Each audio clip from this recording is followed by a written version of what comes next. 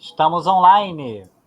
Bom dia, boa tarde, boa noite, gente. Não sei que horas vocês vão estar assistindo esse vídeo, mas eu sou o professor Alex, sou professor de Geografia do projeto Educação e vim aqui trazer um pouquinho dos conhecimentos meus para vocês através de algumas resoluções de questões.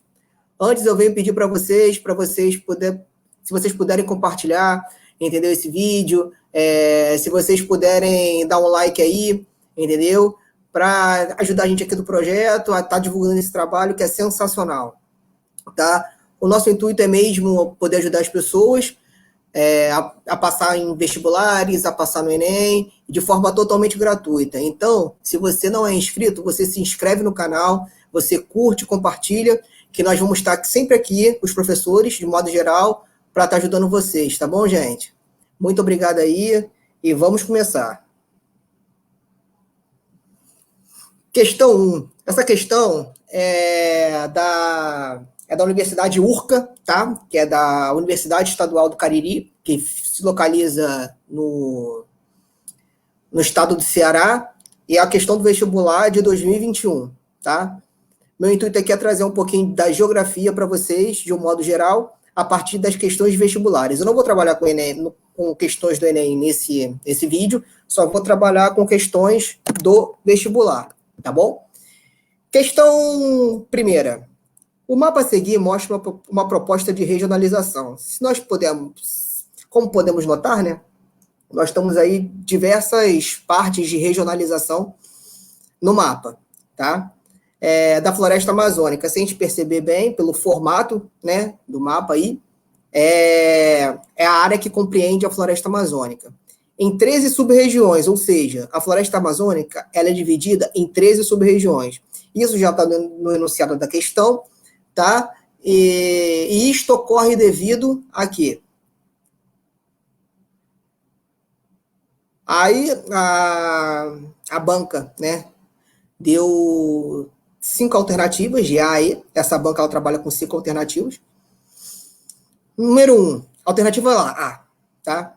Ao funcionamento climático e a ausência de ciclos geoquímicos na floresta. Nós podemos ver que essa alternativa está incorreta, por quê? Porque há ciclos biogeoquímicos na floresta, tá? Essa floresta ela não funciona sem os ciclos biogeoquímicos. Então, por isso que a letra A é a alternativa errada. Letra B, a expansão de florestas devido à agricultura extensiva na Amazônia. Então, existe agricultura extensiva na Amazônia? Existe, mas esse mapa ele não caracteriza essa agricultura extensiva. Por quê? Porque a agricultura extensiva, geralmente, ela funciona ali no chamado arco do desmatamento, tá? Na chamada fronteira agrícola, tá? E, geralmente, ela faz parte mais da parte leste da floresta amazônica. Interiorizando a floresta amazônica, existem essa agricultura extensiva? Existe, nós não podemos negar que não exista, mas não é tão recorrente como acontece no arco de desmatamento. Então, por isso que a letra B é errada. Letra C, as variações de classes de solos? Ok, a Amazônia apresenta diversas classes de solos. Regimes de chuvas? Ok, existem locais que chovem menos e locais da Amazônia que chovem mais, devido à MEC e à nossa querida massa equatorial atlântica também. Inundações pelos rios? Sim, nós não podemos esquecer que a floresta amazônica, ela é a maior, na floresta amazônica se encontra a maior bacia hidrográfica do mundo, tá? E ações antrópicas, né, que são ações humanas, sim também, porque nós sabemos que ali existem diversas ações humanas, podendo ser da mineração, podendo ser da própria agricultura, né, ali, como eu falei, na região ali da fronteira agrícola, com a expansão da soja, expansão do milho, entendeu? Através da exploração das madeiras da floresta amazônica. Então, por isso que a letra C é a letra correta. Letra D, as condições termopluviométricas elevadas, oriundas do clima subtropical. Gente, a gente sabe que a floresta amazônica ela não tem o clima subtropical, e sim é o clima equatorial, tá? E letra E, a expansão das queimadas associadas à invasão de assentamentos e agricultura de sequeiros. Gente, agricultura de sequeiros, a gente tem que dar ênfase que essa agricultura, ela acontece geralmente na Caatinga, tá? No sertão, por isso que é chamada de agricultura de sequeiros. Isso tem a ver com seca. Então, por isso que a letra C é a alternativa correta. Vamos para a questão de número 2. A década de 70 foi fundamental para compreender a estrutura produtiva e a urbanização do Centro-Oeste. É neste período que se fazem sentir os efeitos da modernização agrícola e da chamada Revolução Verde. A região, por constituir-se numa importante área da fronteira agrícola, foi amplamente afetada pelo que se convencionou denominar a Marcha Modernizadora do Oeste. Então, eu trouxe essa questão por quê? Porque essa questão ela é bem parecida com as questões do Enem. Geralmente, as questões do Enem de Geografia, elas vêm, trazem um texto, né? E depois fazem as questões ou trazem um mapa, uma figura, para depois fazer a interpretação. Vamos às alternativas. Considerando o fato retratado no texto e a estrutura agrária brasileira, assinale a alternativa correta. Letra A. A expansão das atividades agropecuárias no Centro-Oeste coincidiu com a diminuição do desmatamento do bioma cerrado e com a redução dos conflitos fundiários. Gente, não houve diminuição do desmatamento no bioma cerrado, tá? E também nunca houve a redução dos conflitos fundiários, tá? Então, essa alternativa, ela é incorreta. Letra B. Com a modernização agrícola no Centro-Oeste brasileiro, até aí ok. O agronegócio aumentou a utilização de sementes orgânicas e práticas naturais nos cultivos? Gente, nós sabemos que o agronegócio é um dos maiores, né? É um dos maiores primeiros poluidores, né?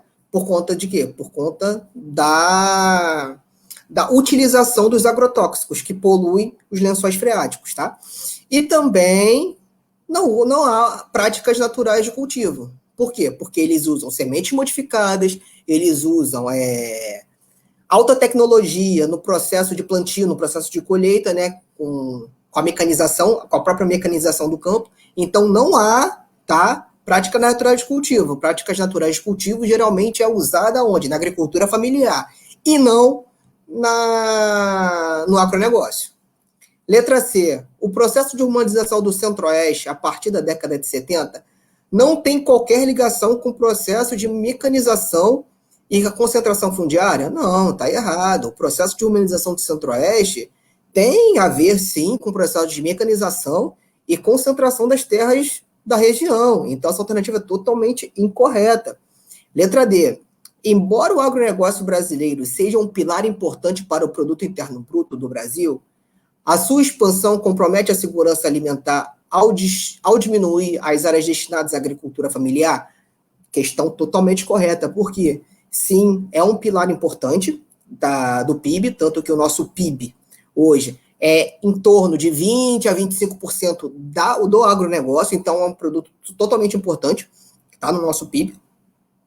Mas também consequência, né, da concentração fundiária, da utilização de muitos agroquímicos, com a utilização de sementes modificadas.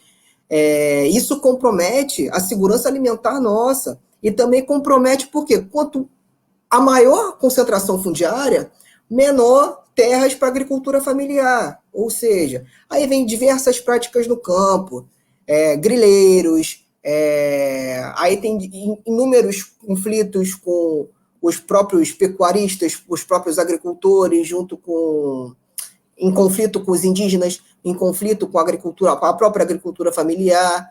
Por isso que surgiram inúmeros, né, movimentos da terra, por exemplo, o MST. Então, essa alternativa vai de encontro com a alternativa correta, tá?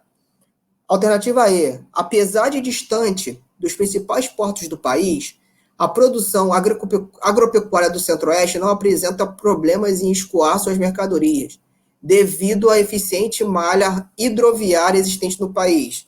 Não, gente, não. Primeiro que a gente perde muita produção nesse escoamento, tá? E outra, esse escoamento dos commodities, né?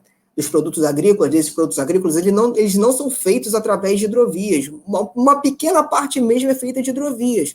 A maior parte é feita através de quê? De rodovias. Tanto que o Brasil é conhecido como os silos sobre rodas. Por quê? Porque grande parte da produção ela precisa ser colhida e logo transportada. Por quê? Porque às vezes atravessa grandes rodovias até chegar nos portos. Então, por isso que a alternativa E está errada, tá? Então, a alternativa correta é a letra D. Vamos à próxima questão.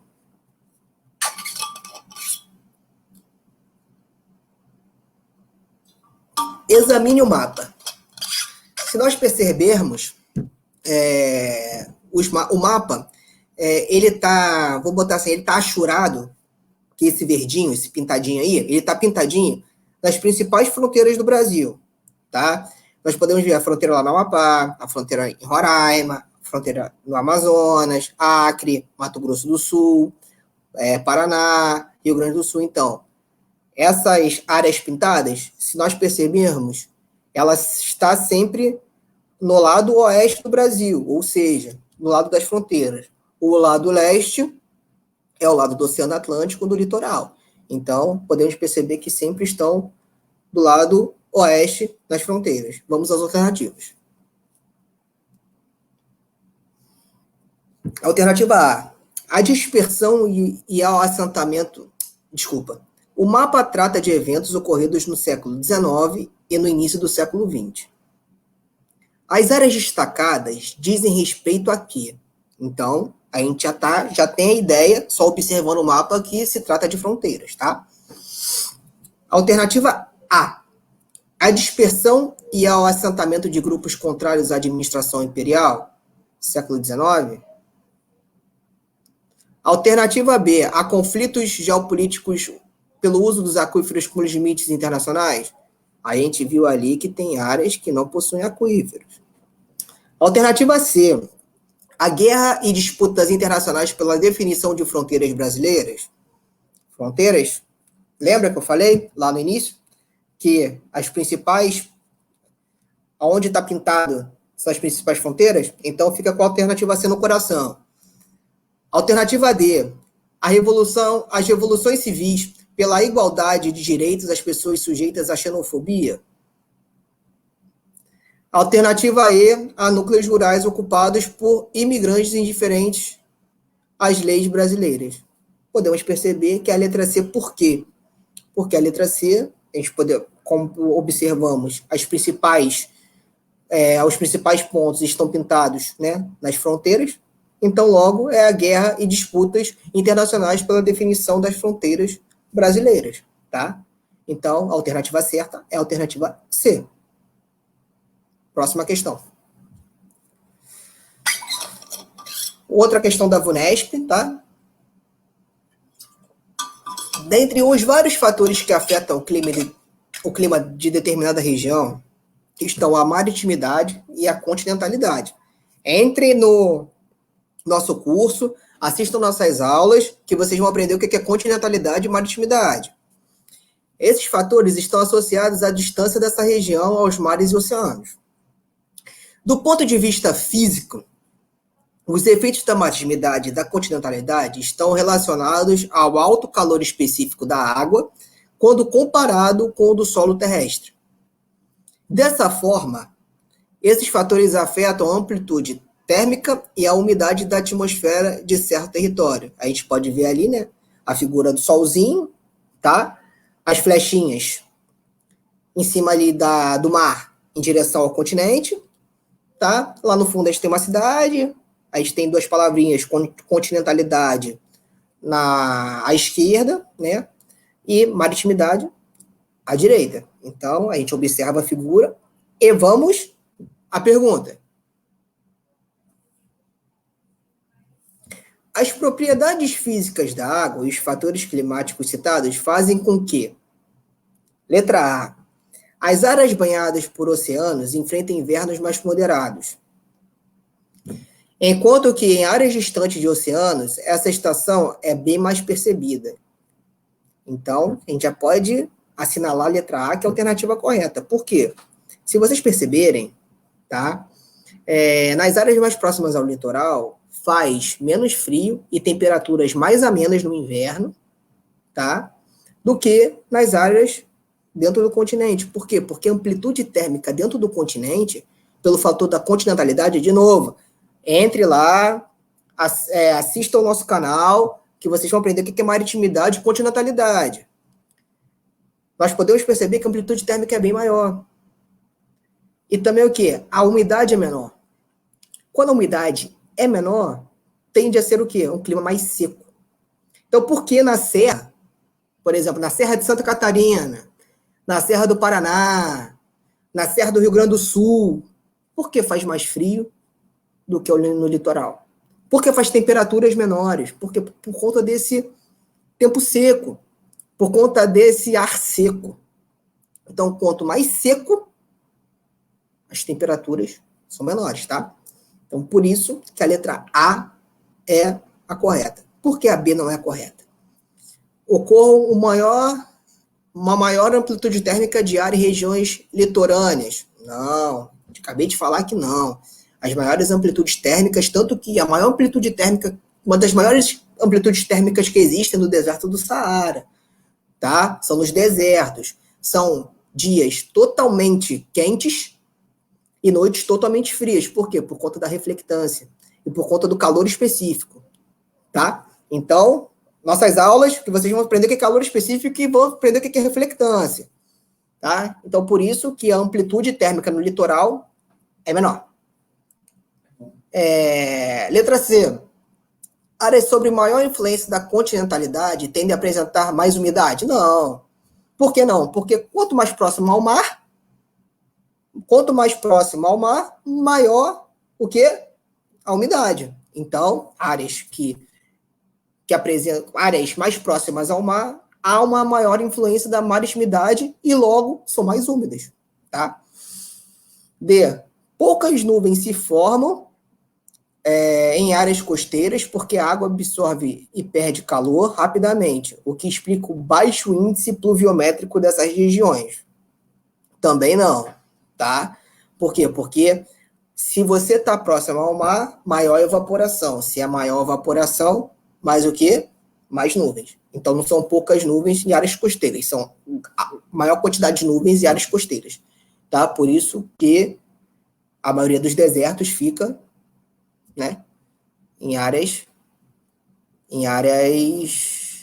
longe do mais distante do mar. Áreas desérticas não, mas áreas mais secas, tá? Porque existem diversos desertos que são formados próximo ao mar. Tipo, se assistirem a nossa aula, vocês também vão saber disso.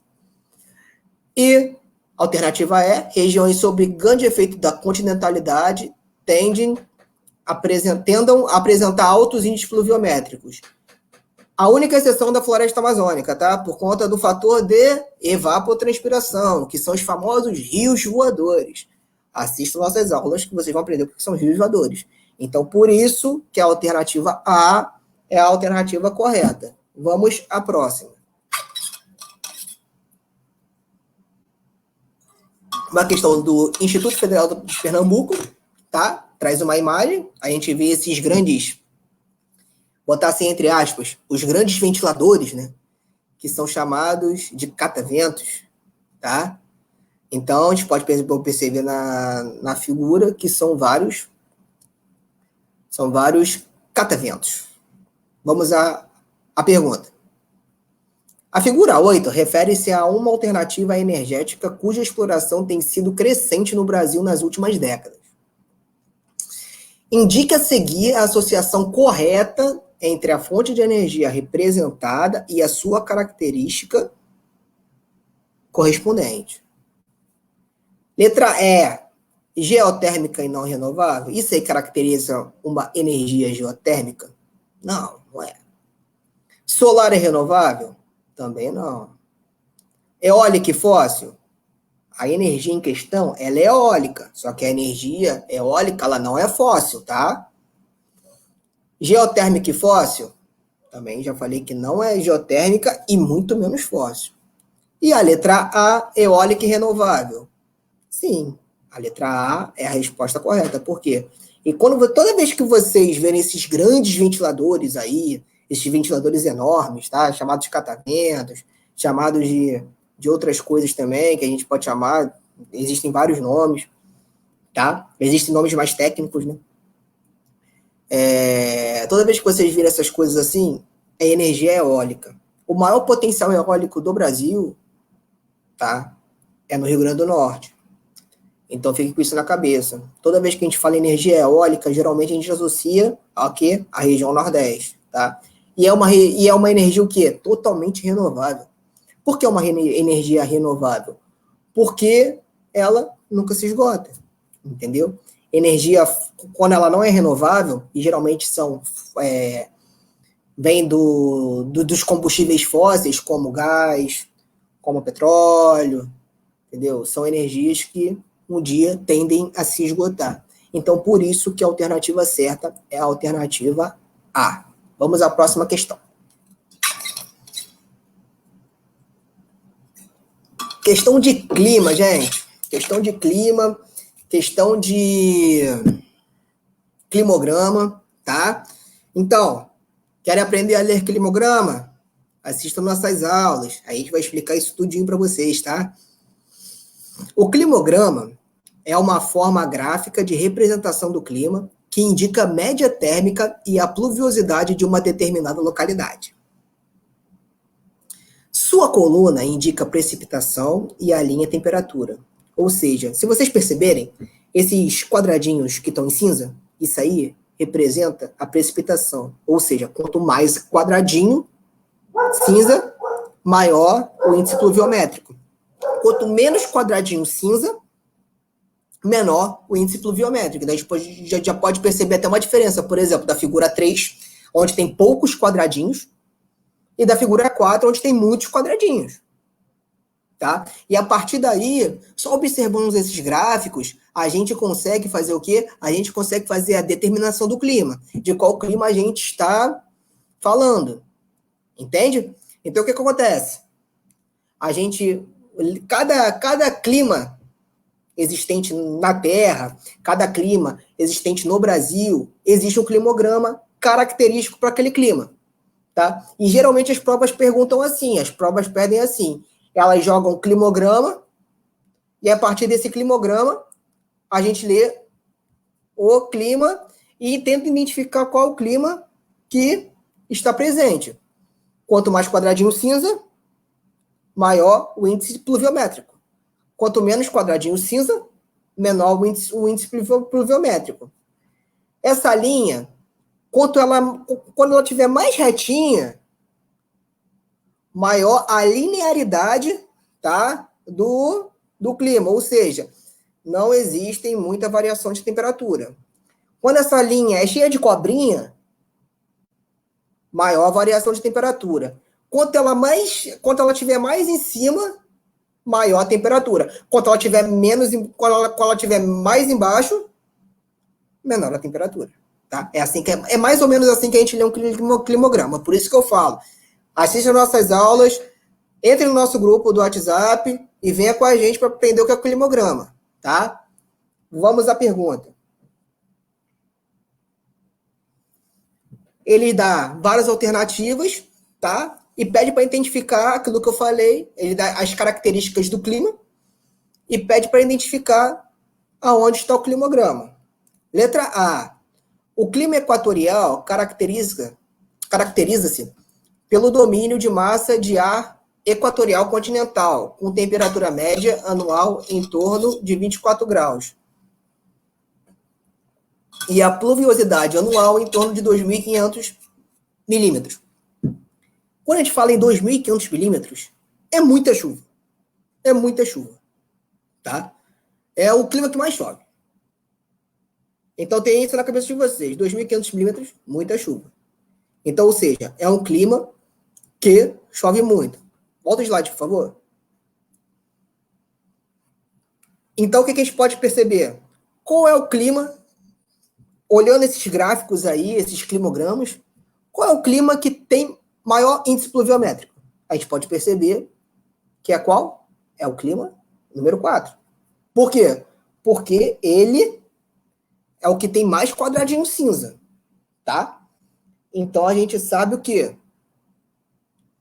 A gente sabe que a 4 é a letra A. Só identificando. É por isso que eu falo. A gente tem que saber identificar o climograma e o clima que a gente está falando. Então, a gente sabe que a 4 é a letra A. Então, a gente já vai eliminando. A gente elimina a letra a gente elimina a letra D, a gente elimina a letra E. A gente já fica com a B e a C. Tá? 2. Letra B. O clima subtropical caracteriza pelo domínio da massa de ar tropical atlântica. Tá? Tropical continental e polar atlântica. O clima subtropical é aquele que é o clima do sul do país, tá, gente? É o clima do sul do país. Subtropical é o quê? Abaixo do trópico de Capricórnio. Então, por isso que é subtropical, abaixo do trópico.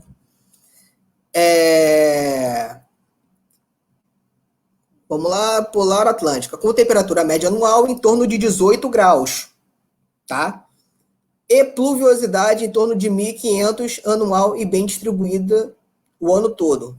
Gente, olha só, a gente tem que botar na cabeça uma coisa. O clima subtropical é o que apresenta chuvas durante o ano com a maior regularidade.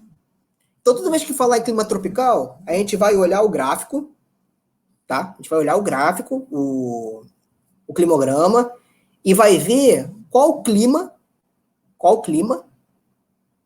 que os quadradinhos estão mais unidos e eles estão mais similares entre eles. Qual é? A gente pode perceber que é o clima de número 2. Então, a gente sabe que a B é o número 2. Então, por isso que a gente já pode eliminar a letra B. A alternativa certa é a letra C, mas eu vou ler o resto com vocês para vocês pegarem bem esse lance de climograma, tá? O clima tropical caracteriza-se pelo domínio das massas de ar. Estações das massas de ar tropical atlântica, tropical continental e equatorial continental. Com média anual de 24 graus, tá? 2 estações do ano bem definidas, ou seja, uma estação do ano seca, uma estação do ano úmida, tá? Geralmente, a estação do ano úmida é a estação do verão, é a estação do ano seca, é a estação do inverno. Isso aí para todo clima tropical, exceto o litoral do Brasil no Nordeste. O litoral nordestino, desculpa. Litoral nordestino. Isso aí, se vocês quiserem aprender também, nosso canal. Bem definido. Desculpa, continental, com média anual de 24 graus, 2 estações bem definidas e pluviosidade em torno de 1.500. A gente pode perceber que a pluviosidade é parecida com a pluviosidade da onde? Do subtropical. Só que a do subtropical fica juntinho por quê? Porque existe o quê? São todas as estações bem definidas. Já o tropical não. O tropical existe uma estação chuvosa e uma estação seca. Qual vocês acham que é? É a 3 ou é a 1? As que sobraram. Eu vou explicar para vocês o porquê é a 1. Se vocês perceber, existe um vazio no meio. Está bem concentrada no início do gráfico, se vocês perceberem ali do lado esquerdo, e no final do gráfico do lado direito. Está bem concentrada. Ou seja, existe uma estação seca. Lembra que o quadradinho cinza, quanto mais quadradinho chuva, quanto menos quadradinho chuva, aí a gente pode perceber que está no meio do quadradinho. Está no meio do quadrado. Por quê? Porque da esquerda para a direita são os meses do ano, ou seja, janeiro, fevereiro. Cada coluninha daquela ali é um mês do ano, tá? Cada coluninha é um mês do ano. Então, a gente pode perceber que os meses de junho, julho estão vazios. Por quê? Porque é a estação que não chove, é a estação que menos chove. Então, por isso que a número 1 é a letra C, ok? Quer saber mais de climograma? Quer tirar todas as suas dúvidas sobre climograma? Entra no projeto. E pode me procurar lá. Letra D. O clima semiárido caracteriza-se pelo domínio das massas de ar equatorial atlântica e tropical atlântica, com temperatura média anual de 27 graus, temperatura alta, tá? Com pluviosidade média em torno de 700 milímetros, ou seja, é a menor. A primeira a gente tinha 2.500, as duas ali, a B e a C, 1.500 e agora menos. Vamos aos climogramas. Qual é que sobrou? É o climograma de número 3. Mas a gente pode perceber que o quê? É o climograma aonde tem menos quadradinho cinza. Ou seja, quanto menos quadradinho cinza, menor o índice de chuva. Ok? Quanto mais quadradinho cinza, maior o índice de chuva.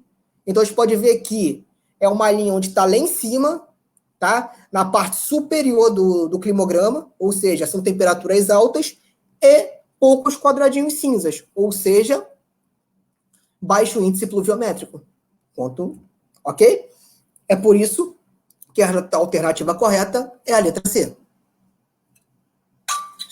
Então tá, gente, muito obrigado a todos, tá? Essa aqui só foi um bate-papo mesmo de resolução de questões.